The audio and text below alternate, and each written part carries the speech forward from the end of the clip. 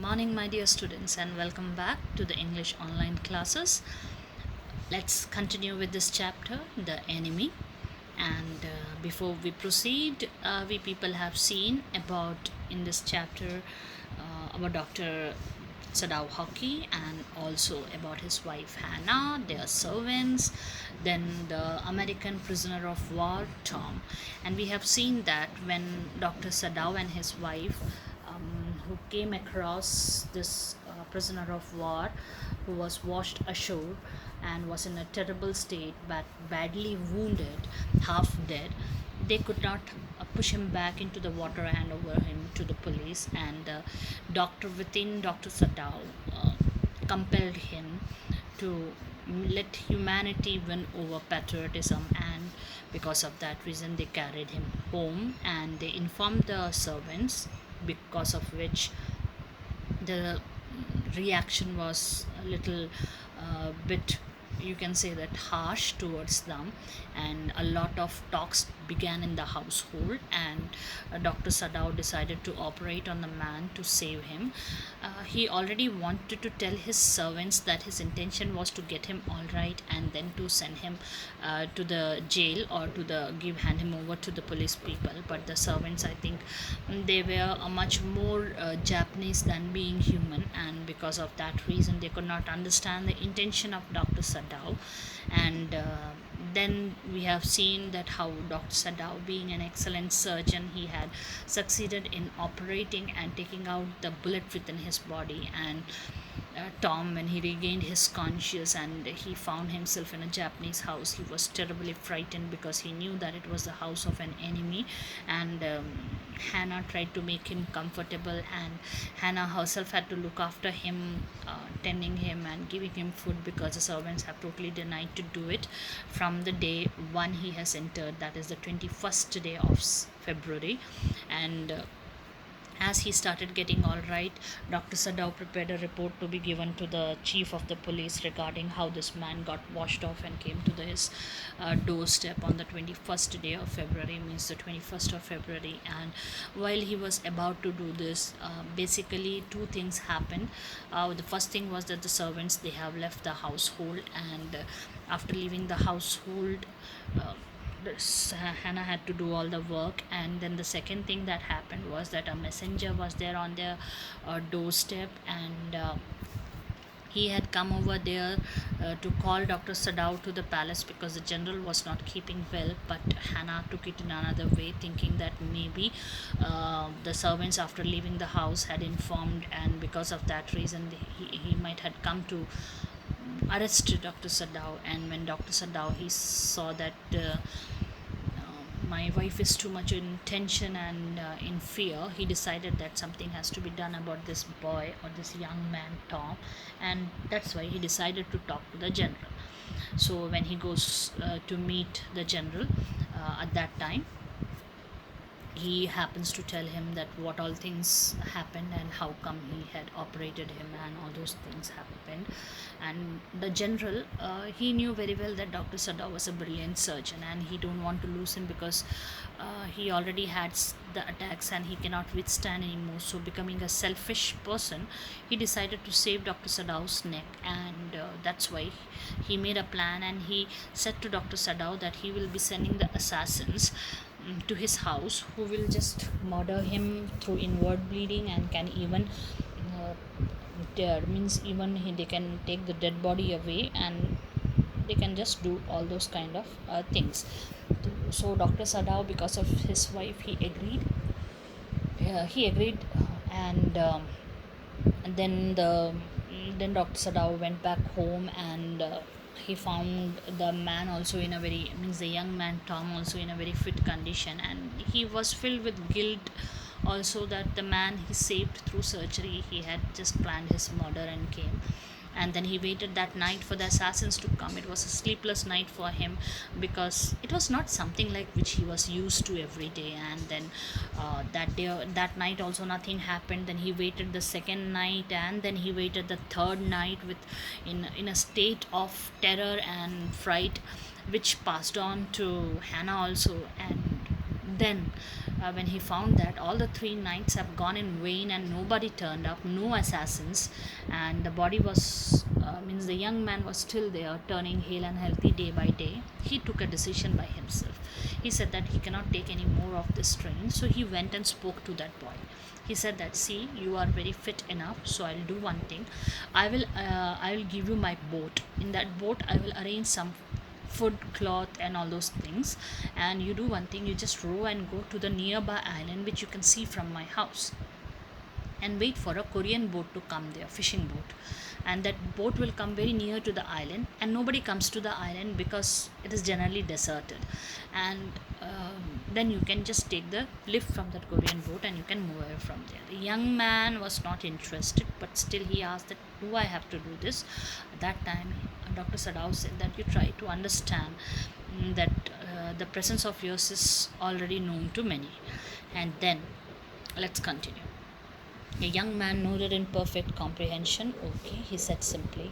Sadao did not see him again until evening. As soon as it was dark, he had dragged the stout boat down to the shore, and in it he put food and bottled water that he had brought secretly during the day, as well as 2 quills he had brought at a pawn shop. The boat he tied to a post in the water, for the tide was high. There was no moon, and he worked without a flashlight. Then he came to the house. He entered as though he were just back from his work. And so Hannah knew nothing. Yumi was here today, she said as she served his supper. Though she was so modern, still she did not eat with him. Yumi cried over the baby. She went on with a sigh. She misses him so. The servants will come back as soon as the foreigner is gone. Okay, after talking to the young boy, and the young man also understood that, he need to leave the place. Sarah did not meet him that evening. Instead of that, he made arrangements. What he did, when it turned dark, he took out his boat, and after taking out his boat, he first took out the boat and took it down to the shore. Then he put food, bottled water, and that all things he had bought secretly in the morning hours. And he also bought 2 quilts, and these quilts he had purchased from the pawn shop, means that second hand items type, no, there he had purchased. And then he tied the boat to the post, means kind of maybe a kind of a fence or something was there, wooden log or something like that, and the tide was very high, so the boat must not row away. There was no moonlight, and he was not using the flashlight also. Understand, if he'll use the flashlight, people will come to know about his presence over there. And then he came back home, like as if though he is coming from his regular work, and Hannah was knowing nothing about it. And then she said that, while she started serving him, though she was married and she studied in America and all, but still she was very traditional. She won't eat before feeding him food. So she said that today Yumi came. You remember Yumi? Yeah, the governess.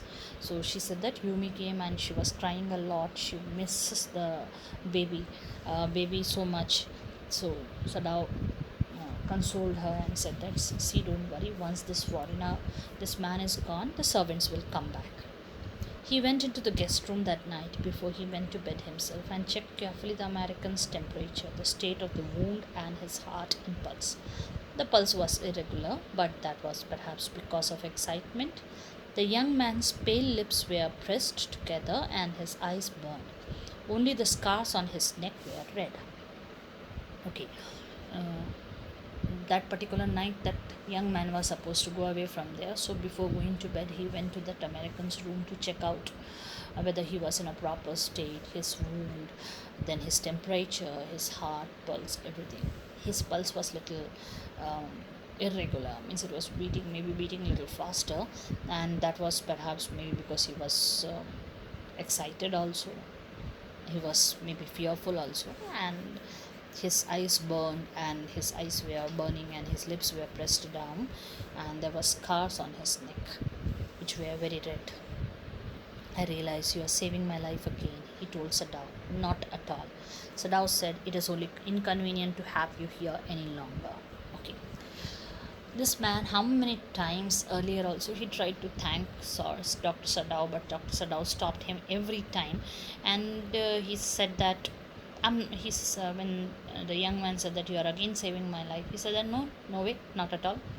The only thing is that it is little inconvenient to have you in my house.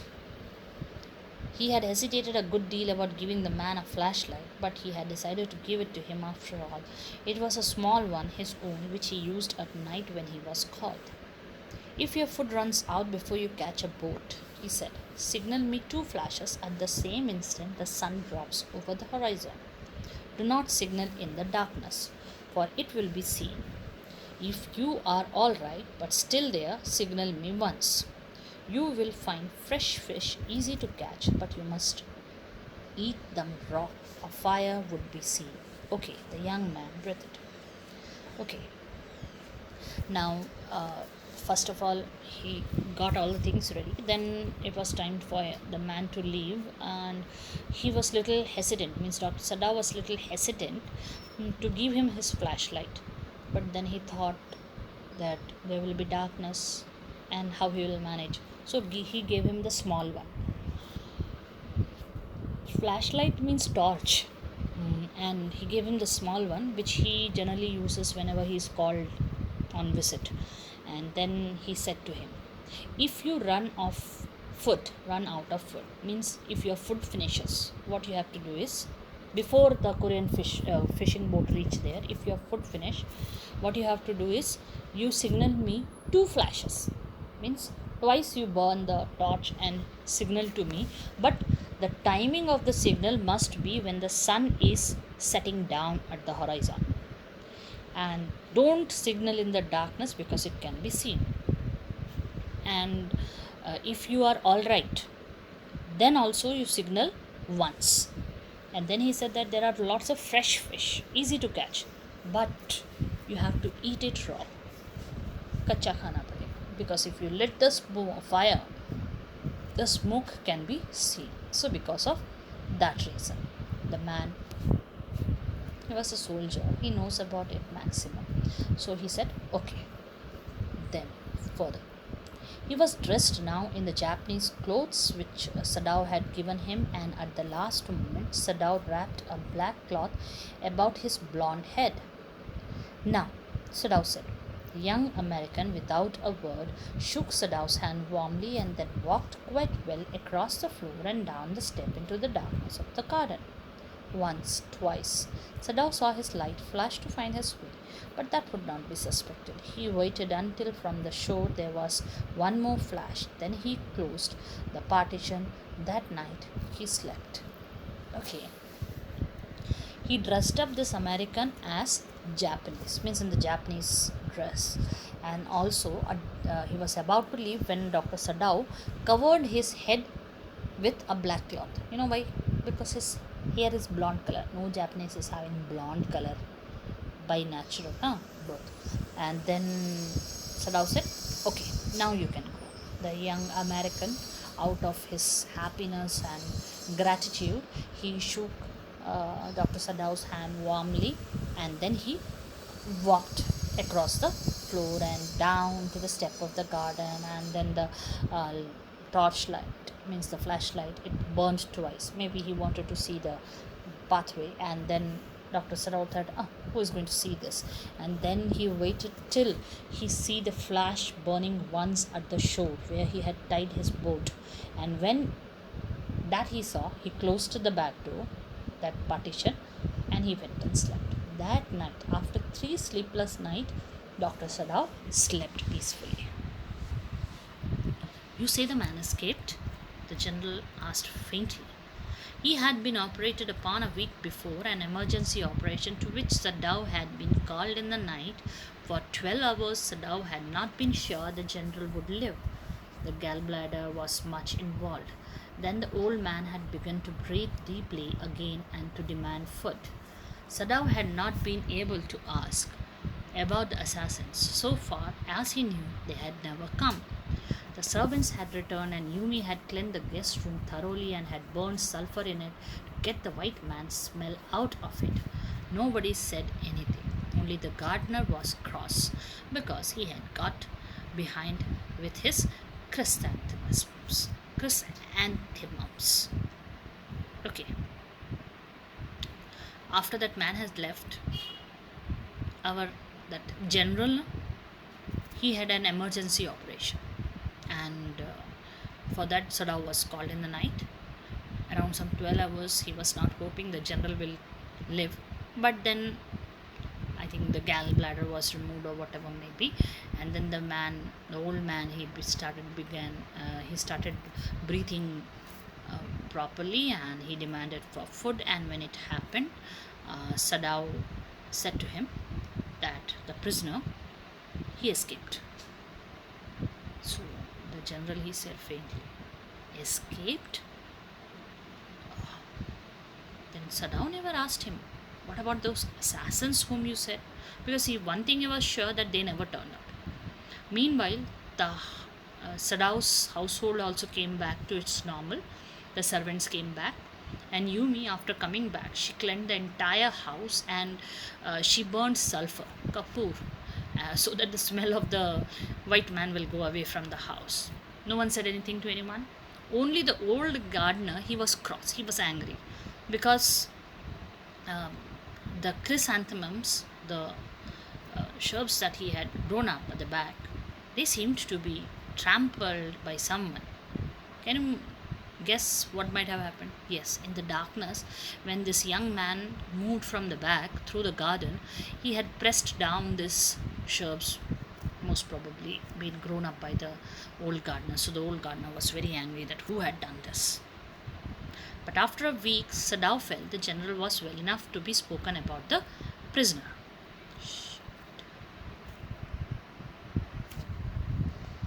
Sorry for the disturbance.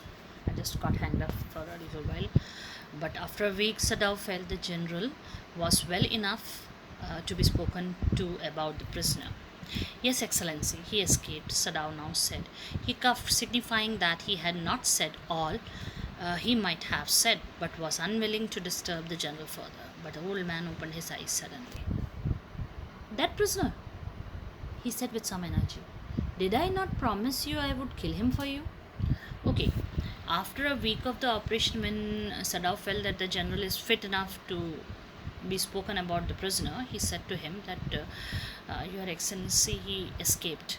And when he said so, he coughed, like how no, it was not a natural coughing, but a deliberate one, like you don't want the person to understand fully what you are speaking, or like you are trying to make the person believe that he don't want to disturb you or make you feel uncomfortable. And then the old man, suddenly he opened his eyes and he said, that prisoner about whom I said that I will get him killed for you. Then he said, You did, Excellency, Sadao said. Well, well, the old man said in a tone of amazement. So I did. But you see, I was suffering a good deal. The truth is, I thought of nothing but myself. In short, I forgot my promise to you. I wondered, Your Excellency, Sadao murmured. Now see, when Dr. Sadao, he said that, yes, Excellency, it is about the same person about whom you said that you will get him murdered for me or get him killed for me. The old man, he said that, oh, well, well, well. Actually, it so happened that I was so very, you can say that, hanged up with my own health, and I was so very busy thinking about my own things. I just forgot about it. I could not keep my promise. Huh? He said that he could not keep his promise. And there, Sir Dr. Sadao, he spent 3 sleepless nights thinking when the assassins are going to come, when the assassins are going to come, which the general have said. And he says that he forgot. So Sadao murmured and he said, yeah, that's what I was thinking, Excellency. It was certainly very careless of me, the general said. Okay, now here, the paragraph which I'm going to read out, it will tell us about something about the character of the general, how he's trying to cover up his things. Okay, it was certainly very careless of me, the general said, but you understand it was not lack of patriotism or dereliction of duty. He looked anxiously at his doctor. If the matter should come out, you would understand that, wouldn't you? See what he's saying. He said that really it was very careless of me to have done so, but now I don't lack patriotism or it is not dereliction of duty. Means, if I have forgotten all those things, if I have kept my health issues above all, it doesn't mean that I don't love my nation, or it doesn't mean that I'm negligent. Dereliction means negligent towards my duty. And he looked at Dr. Sadao. He said that, see, if ever that prisoner case come out, you know now what you are supposed to do. Certainly, Your Excellency, Sadao said. He certainly comprehended that the general was in the palm of his hand, and that as a consequence he himself was perfectly safe. I can swear to your loyalty, Excellency, he said to the old general, and to your zeal against the enemy. You are a good man. The general murmured and closed his eyes. You will be rewarded. Okay. When general said this to Dr. Sadao, see, if you are in Sadao's place, you also will think that if the general, if he himself don't want the entire matter to come out, who is in the benefit? Dr. Sadao. General is in his palm, वो उनकी उसकी मुट्ठी में है. So that means that Sadao is safe. So he said that sorry, excuse me. He said that, General, I know that you are a very patriotic person. Your loyalty, I understand. I can swear on it. And your energy to against the enemy, I know everything, Excellency. And then General, he said that you're a good man, and you will be definitely rewarded. But Sadao, searching the spot of black in the twilighted sea that night, had his reward. There was no break of light in the dusk. No one was on the island. His prisoner was gone, safe, doubtless, for he had warned him to wait only for a Korean fishing boat. Dr. Sadao had done a lot of good things, so he was definitely awarded also, or rewarded also, because that particular night there was no flashlight, which shows that most probably the Korean fishing boat reached there and the man got his lift. He stood for a moment on the veranda, gazing out to the sea from whence the young man had come that other night, and into his mind, although without reason, there came other white faces he had known. The professor at whose house he had met Hannah, a dull man, and his wife had been a silly, talkative woman, in spite of her wish to be kind. He remembered his old teacher of anatomy who had been so insistent on mercy with the knife, and then he remembered the face of his fat and slanterly landlady. He had great difficulty in finding a place to live in America because he was a Japanese. The Americans were full of prejudice, and it had been bitter to live in it, knowing himself they are superior. How he had despised the ignorant and dirty old woman who had at last consented to house him in her miserable home. He had once tried to be grateful to her because she had in his last year nursed him through influenza. But it was difficult, for she was no less repulsive to him in her kindness. Now he remembered the youthful, haggard face of his prisoner, white and repulsive. Strange, he thought.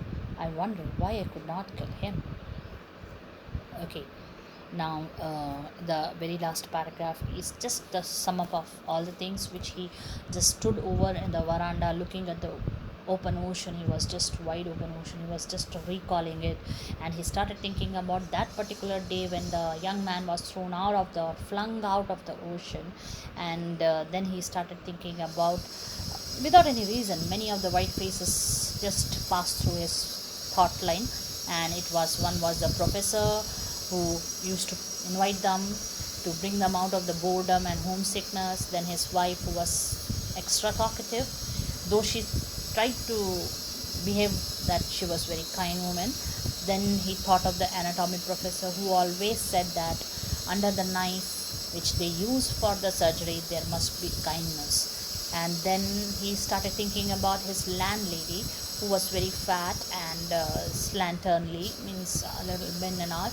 And then he started thinking that how difficult it was for him to get a shelter in America, because he was a Japanese, and the Americans thought that they were very superior. And this old lady, with very hard means, she agreed to give him shelter or a rented room. And then one particular year, the last year of his, he had to suffer with influenza, and she nursed him and she looked after him. And when he wanted to thank her, she was very aloof, repulsive, means not very friendly.